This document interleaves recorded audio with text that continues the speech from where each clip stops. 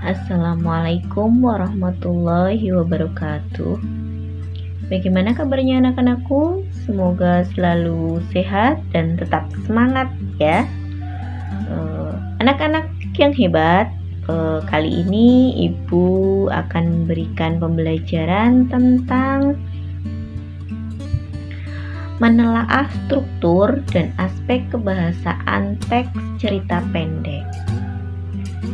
Ya, untuk tujuan pembelajarannya, setelah melakukan kegiatan pembelajaran, peserta didik dapat menelaah struktur dan aspek kebahasaan teks cerita pendek.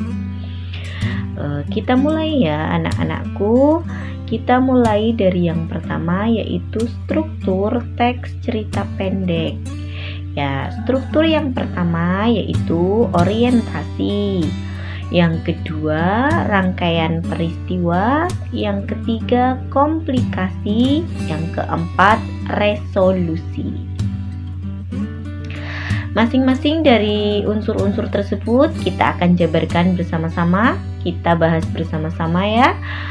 Silahkan kalian persiapkan alat tulisnya. Nanti bisa dicatat hal-hal yang belum kalian ketahui. Ya, struktur yang pertama yaitu orientasi. Ya, yang namanya orientasi pasti pertama.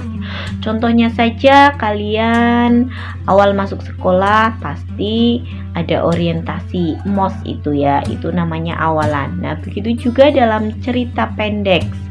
Di sini orientasi. Di dalam cerita pendek itu orientasinya berisi penentuan peristiwa, menciptakan gambaran visual latar, atmosfer, dan waktu kisah. Pengenalan karakter dan arah menuju komplikasi. Ya, berarti orientasi itu nanti ada penentuan peristiwanya di mana, kapan, kemudian juga nanti sudah mulai masuk ada penambahan karakter. Di situ ada tokoh siapa yang diceritakan dan wataknya seperti apa. Itu sudah masuk pada waktu atau pada struktur orientasi. Kemudian struktur yang kedua yaitu rangkaian peristiwa.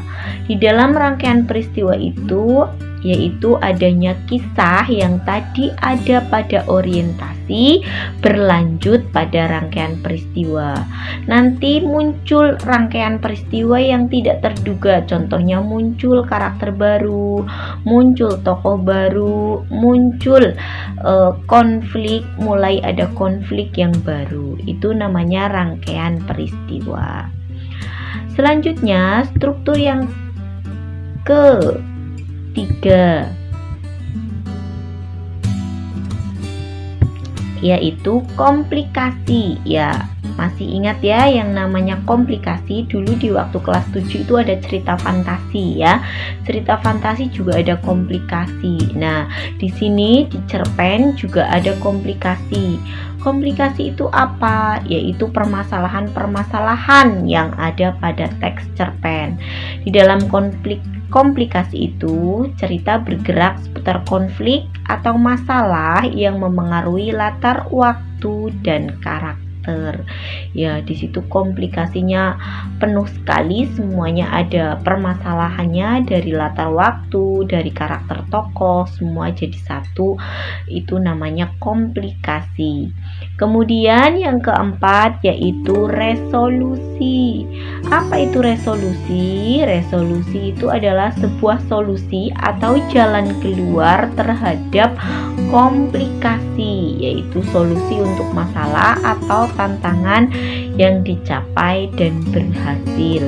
Yaitu sebenarnya cara pengarang mengakhiri suatu cerita.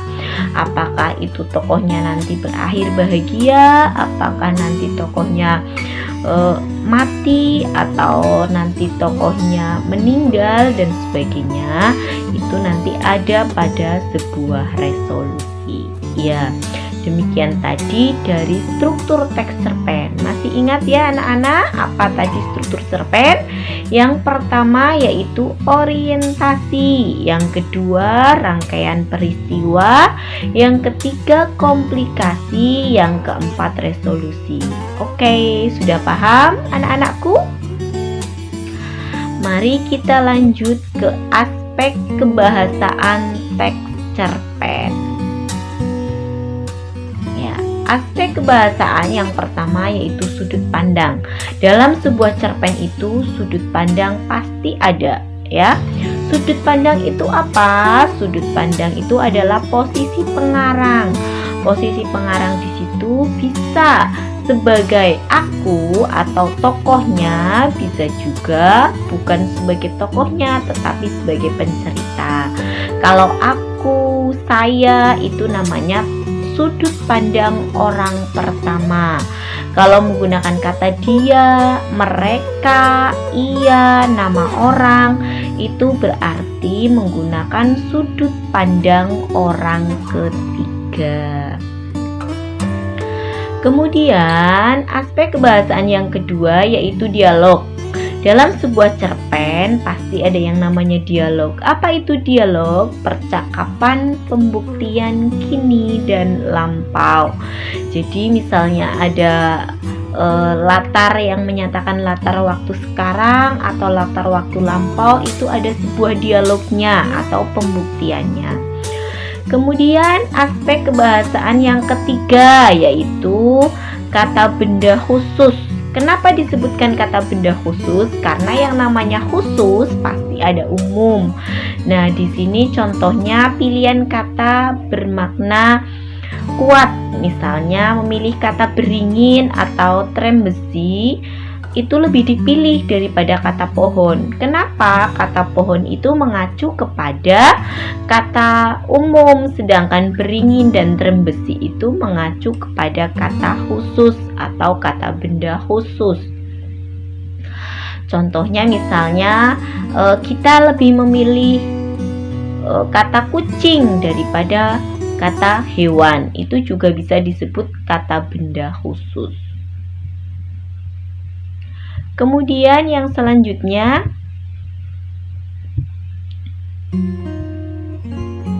yaitu uraian deskriptif. Uraian deskriptif yang rinci. Apa itu? Deskriptif yang digunakan untuk menggambarkan pengalaman, latar, dan karakter. Nah ya, deskriptif itu sebuah penggambaran, menggambarkan secara rinci. Contohnya baunya seperti apa yang bisa didengar, terlihat seperti apa rasanya, dan lain-lain. Itu digambarkan secara rinci, namanya uraian deskriptif. Itu bisa dimasukkan dalam sebuah aspek kebahasaan teks cerpen. Kemudian yang selanjutnya aspek kebahasaan yang kelima yaitu majas. Ada majas apa saja? Yang pertama adalah majas simile. Majas simile adalah perbandingan langsung. Contoh di situ bisa dilihat seekor burung pipit sedang berusaha mempertahankan nyawanya. Dia terbang bagai batu lepas dari ketapel sambil menjerit-jerit sejadi-jadinya. Nah, kata bagai di sini itu merupakan perbandingan langsung, ya, itu menyatakan majas simile. Kemudian yang kedua adalah majas metafora. Apa itu majas metafora? Majas metafora tidak langsung. Contoh di situ dia memiliki hati batu, keras kepala seperti lembu. Nah, di situ perbandingan tidak langsung. Kemudian yang ketiga yaitu majas personifikasi. Apa itu majas personifikasi? Majas personifikasi adalah menganggap benda mati seperti manusia. Contohnya awan tertatih-tatih melintas langit. Kata tertatih-tatih itu mengacu kepada manusia. Kerikil di jalan tampak pucat sedih. Kata pucat sedih itu juga mengacu kepada manusia. Nah, itu adalah kalimat-kalimat majas yang bisa diterapkan dalam teks cerpen. Bisa kalian pahami lagi dan pelajari lagi ya, bahwa aspek kebahasaan itu ada 6. Yang pertama masih ingat tadi? Yang pertama adalah sudut pandang, yang kedua adalah dialog atau percakapan, yang ketiga adalah kata benda khusus, yang keempat adalah uraian deskripsi rinci, yang kelima adalah majas. Di situ ada majas simile, majas metafora, dan majas personifikasi. Kemudian yang keenam adalah penggunaan pertanyaan retoris. Apa itu penggunaan pertanyaan retoris? Tadi belum saya jelaskan ya. Mari saya jelaskan dulu. Penggunaan pertanyaan retoris merupakan pertanyaan yang tidak memerlukan jawaban. Kenapa tidak memerlukan jawaban? Karena itu sebuah pertanyaan-pertanyaan yang menginspirasi, yang memotivasi, dan memberikan penyemangat. Contohnya adalah, pernahkah kalian tinggal di rumah apung? Nah, misalnya dijelaskan dalam sebuah cerpen tidak memerlukan jawaban, tetapi itu kalimat bisa dijelaskan atau bisa dimasukkan pada sebuah cerpen agar kalimat cerpen itu komunikatif dan mudah dipahami oleh si pembaca. Ya, demikian tadi adalah aspek kebahasaan teks cerpen dan struktur teks cerpen. Ya, demikian tadi ya. Ada pertanyaan-pertanyaan? Kalau ada pertanyaan-pertanyaan, nanti kita bahas di grup WA, sekaligus kita berdiskusi tentang video pembelajaran ini, mana saja yang belum kalian ketahui dan kalian pahami.